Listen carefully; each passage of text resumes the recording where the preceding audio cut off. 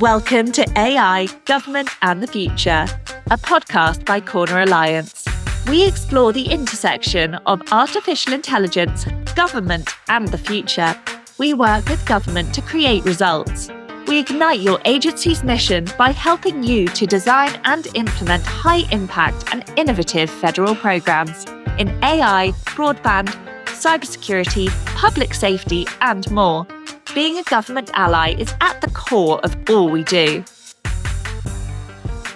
Hey, welcome to AI, the Future in Government podcast.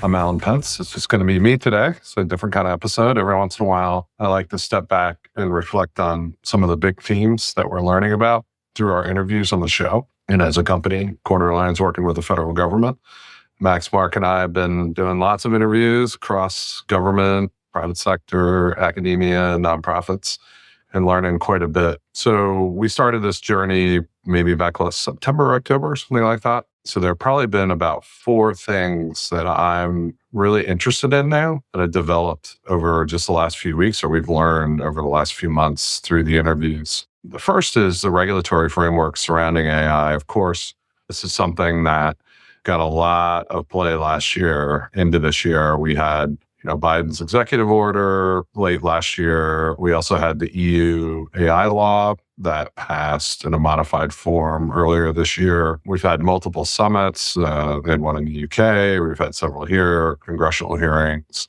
lots of activity around regulation. What I've noticed is, in general, most of the regulation kind of misses the mark. It's very GDPR-esque. I think the EU basically is built off of that framework. Focuses a lot on getting models registered and checked centrally.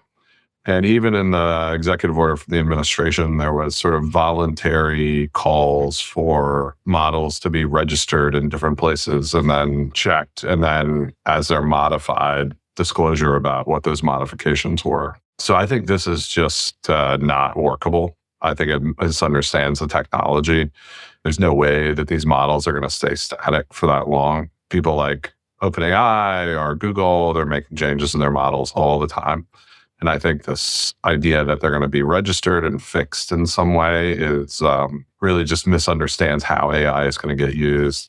The second piece of that I think is really dangerous, actually, is that it doesn't take account for open source.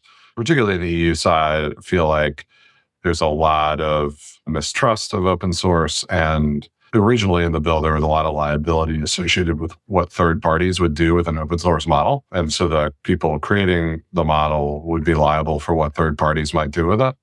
This is just insanity. Like we need open source models. We shouldn't be trying to lock ourselves into large proprietary companies, especially given the fact that there are probably only really 3 companies that are going to compete in this so far, and that being Microsoft with OpenAI together, Google with Gemini, and then I think Anthropic with Claude that's a kind of another new development that they've kind of reached parity and even surpassed OpenAI in some ways, in my opinion. So you really see those as the 3 companies going forward. I think we saw a lot of other companies kind of throwing in the towel. Inflection AI did sort of like a buyout with Microsoft and a strange deal to get around antitrust, but the whole team moved over to Microsoft. I think you just see a lot of these model companies just aren't going to make it. They don't have the resources to buy the GPUs to continue to play the game of getting faster and better than the big guys, right? This is a big resource investment, especially when you're on the edge,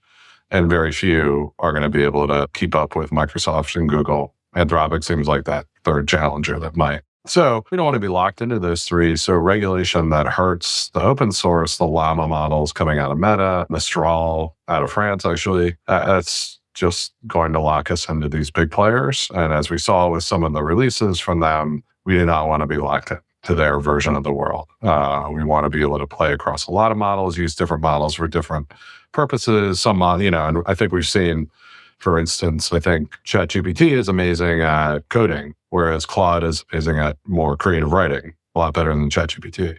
So you want to be able to use these models separately and use the best one for whatever that service is that you need at that time. So I really do think we need to take a step back and realize that regulating your way in AI is just vastly premature. It tends to lock in the large players who can get regulatory capture and influence the regulators the most, and shuts down innovation. And I think, what we've realized through this process too, is that really even the definition of AI, and this was an issue I highlighted in the Biden's executive order, is very squishy, right? I mean, basically AI is math and software put together.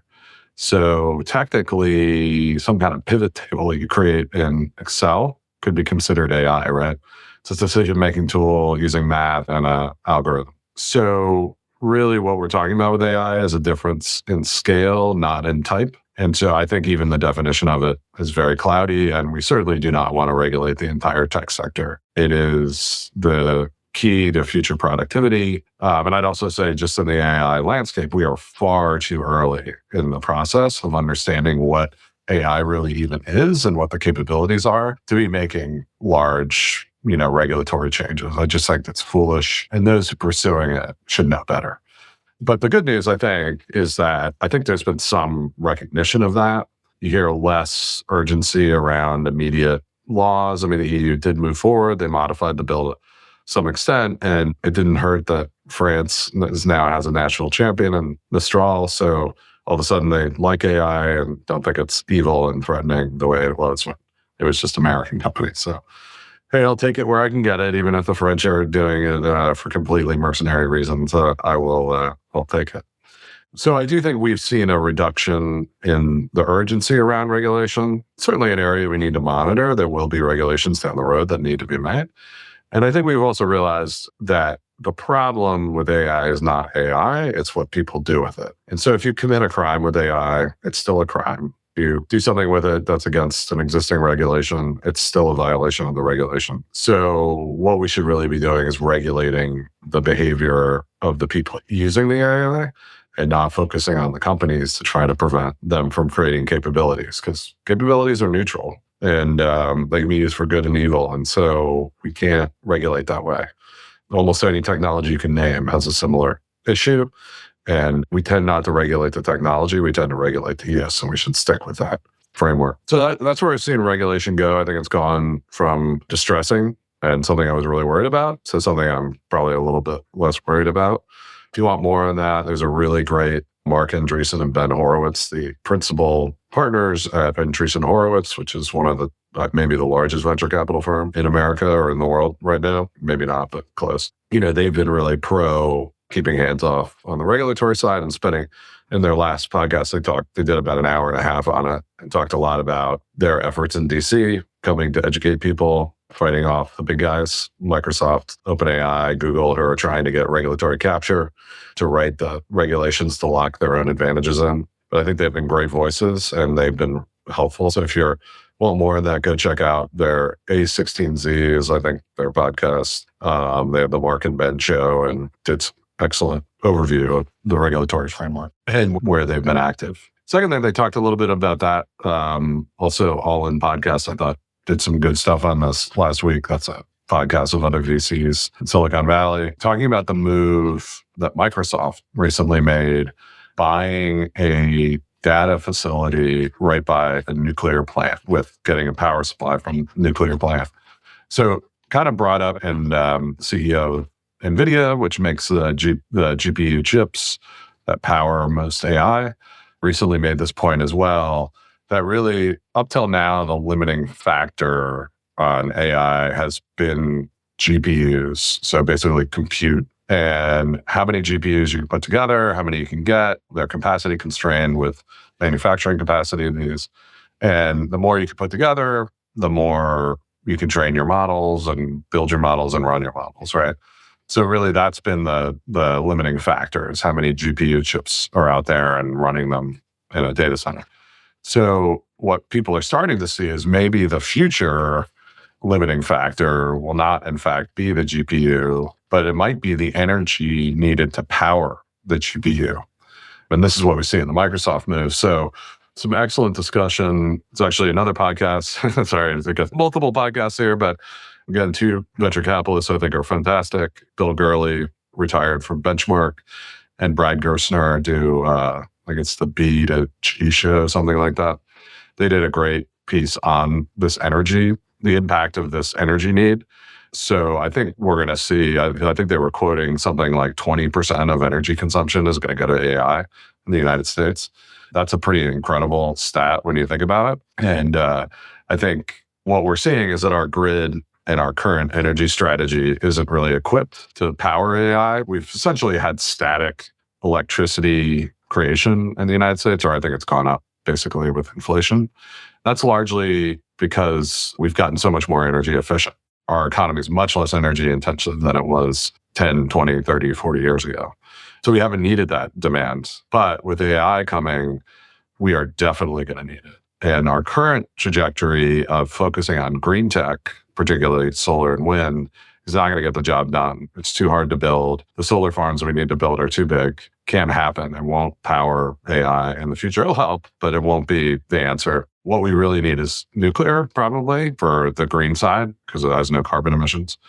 So, you see Microsoft making this move. Hey, we're gonna buy something with a private nuclear plant attached, and that'll give us this energy advantage. So I think you're going to see a lot of that. But I also think we need policy change in the United States. There's definitely been a movement toward nuclear, but we need to have regulatory relief on building nuclear. The reason it's so expensive and time consuming is just straight out regulation. So we're going to need some relief there. But as Brad and Bill point out, even with regulatory relief and a lot of funding, it's going to take us 10 plus years to build nuclear out.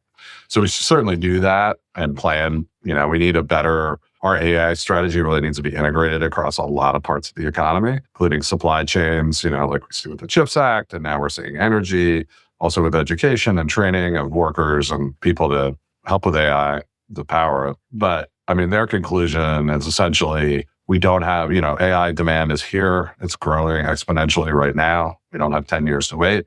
We should certainly get the nuclear in 10 years that we need. But in the meantime, natural gas is going to be the only way to do this. And we as a country have an advantage here, right? Natural gas arguably burns cleaner than most other energy forms that aren't renewable or nuclear. And we produce quite a bit of it. And it's not now currently an international market because we do have liquid natural gas that we ship, but it's only a small portion of what's produced and requires a lot of investment to create terminals to make the LNG, and shipping as a limitation. So we don't price LNG the way we do globally, like oil. So the United States doesn't price its own oil. It's based on marginal demand from every country and supplier, right? But LNG is different. So we're paying sometimes up to a quarter or a third of what the rest of the world is paying for natural gas. Certainly Europe's having trouble with that, with Russian gas going off because of the Ukraine invasion. And we have this advantage where we're paying a quarter to a third of the price, where we can use natural gas to power our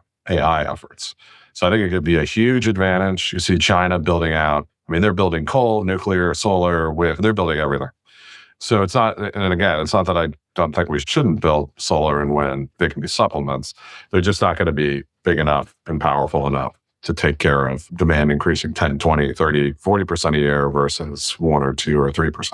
So we're going to need natural gas, wind, solar, and then eventually nuclear. So this is not investment advice, but I think the natural gas prices are probably going to go up as AI demand goes up. And I think you're going to see a lot of pressure to increase the capacity of the electric grids in order to power AI. It is the future. It's how we're going to drive productivity. It's going to determine how long we live, how wealthy we are. So certainly burning some more natural gas to get there is well worth it. So that's the second theme I think I've seen that is really new. Just in the last couple of months, I've really heard about the energy demand potentially being the key driver and main limiter of progress on AI. The other theme, which I've highlighted before, but I've seen even more, is the change in the form factor of AI. So right now, a lot of us are using, we do consume AI and things like Word Complete on Gmail and built into different pieces of software, but it's really minor, small features, doesn't really change the experience. I think what we're going to see in the next few months is, particularly, I think Apple's working on this to get AI tuned to the chips that they have and working on the phone and the iPad and eventually the Apple Watch and all that kind of stuff. So I think what you're going to see is probably less power intensive, they're going to have to be less capable models right now. They're not going to be able to use the same level that you can on a desktop. But I think you're going to see these AI models shrink a little bit. They're still going to be very capable. And then as we advance the top models, the lower models can get more and more efficient. And then I think we'll see increasing numbers of focused models. So not a model that does coding, writes text, and does images. Potentially AIs that are more focused that just do maybe financial analysis for a business, or they just do writing, or they just do an image, or they just do it in this way so that it works much better and more effectively on a phone. And I think that's going to then get built into applications so that the front will not be this text box with put in your prompt. It'll be voice, talking to your phone. Again, I think Apple needs some work on Siri to make this happen, and hopefully that's where they're focusing. But Google Assistant and others will be there. And I think we'll see AI seep into every part of the mobile experience, and the form factor will be different. So everyone will be using it. They just won't be using it the way that the people on the cutting edge right now are going to a site. Certainly things like Midjourney, where you're going to a Discord server, that is not going to be happening going forward. So I think we're going to see this huge change in the UI and form factor of AI over the next year. It's going to be everywhere, and it's going to be everything, right? So I think that's the third theme I would definitely highlight that I'm seeing. And then the last theme is really more or less on the government side, but more on the business side. I really wonder, and again, this has been discussed on multiple of the podcasts I've mentioned and reading I've done, is who's going to make money out of this stuff? So certainly NVIDIA's making money. They're producing and selling the chips.